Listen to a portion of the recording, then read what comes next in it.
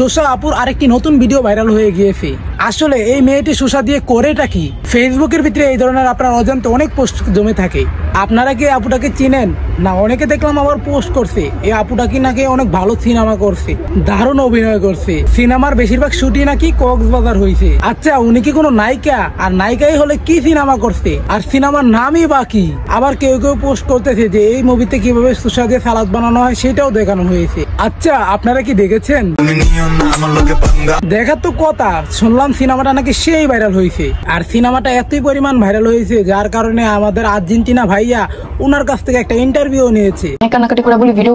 Relieve me এই ইন্টারভিউটা দেখার পর আমার কাছে মনে হইলো this is the actually emotional hard stroke. তো আজকের ভিডিওটা এই ইমোশনাল হার্ড স্ট্রোক নিয়েই। তো ভাই দেরি না করে এখনই শুরু করা যাক। হেই হোয়াটসঅ্যাপ পাশের বাসার ভাই ও ভাবিরা, আসসালামু আলাইকুম, দিস ইজ তামিম। আর আমি প্রথমেই বলে দিই এই ভাইরাল আপুটা যে একটা সিনেমা আপলোড হয়েছে তা আমি কখনো দেখিও নাই আর দেখতে চাইও নাই। আর যেই সিনেমাতে কিউটরি দেখায় না সেই সিনেমাতে আই ডোন্ট লাইক। শুধুমাত্র সোশ্যাল মিডিয়াতে ভাইরাল হলেই সেটাকে সিনেমা বলে না, তাই আমি এই ভাইরাল সিনেমাটাকে দেখতে চাই না।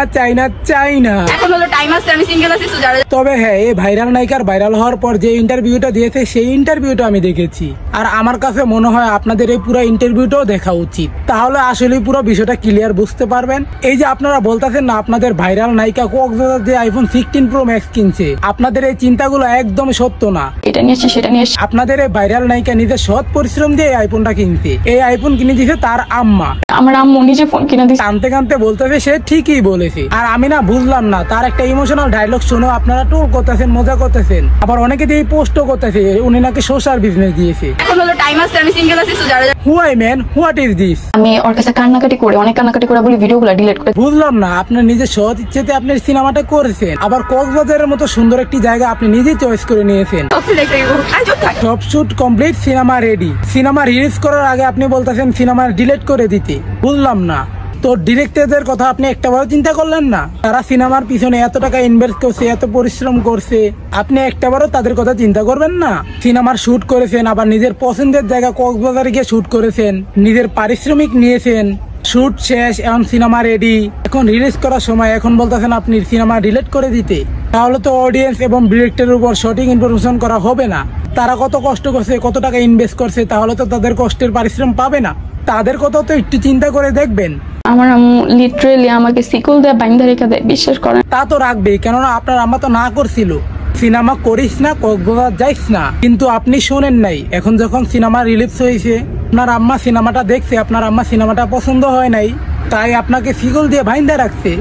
বাই দা ভাই আপনাদেরকে একটা সত্যি কথা বলি, এই আপুটা ওনার একটা বয়ফ্রেন্ড নিয়ে যখন সিনেমা শুট করছিল তখন তাকে নিয়ে কোনো আমার ভিডিও বানানোর রুচি ছিল না। সিনেমা শুট করার পর যখন যে ভিডিওটা রিলিজ হয়েছিল তখনও আমি তাকে নিয়ে কোনো ভিডিও বানাই নাই। আগে তো রুচি আসতে হবে তাকে নিয়ে ভিডিও বানানোর, শুধুমাত্র সিনেমার নায়িকা হলেই হয় না, সিনেমাটাও তো একটু দেখার মতো সিনেমা হইতে হবে। যাই হোক আজকেও বানাতাম না শুধুমাত্র তার এই ইমোশনাল ইন্টারভিউটা দেখার পর। আর বিশ্বাস করেন তার এই ইমোশনাল হার্ড স্ট্রোক ভিডিওটা দেখার পর আর এই ভাইরাল নায়িকার আপুর উপর কোনো কিছু বলার নাই। আমার কথার বলা আছে শুধু আরপি নীরব ভাইকে নিয়ে। বিশ্বাস করেন ভাই আপনাকে সত্যি ভালো লাগতো। আপনি ইদানিং যা শুরু করতেছেন এখন আপনাকেও একটু ভালো লাগে না। মানে ইন্টারভিউ নেওয়ার মানুষ কি আপনার কাছে অভাব পড়ছে? এর থেকে তো টিকটকারদের ইন্টারভিউ নেওয়া অনেক ভালো। একটা সিনেমা করলো, কক্সবাজার গিয়ে কি শুট নিল, রিলিজ করলো, তাকে নিয়ে আপনি ইন্টারভিউ নিয়েছেন।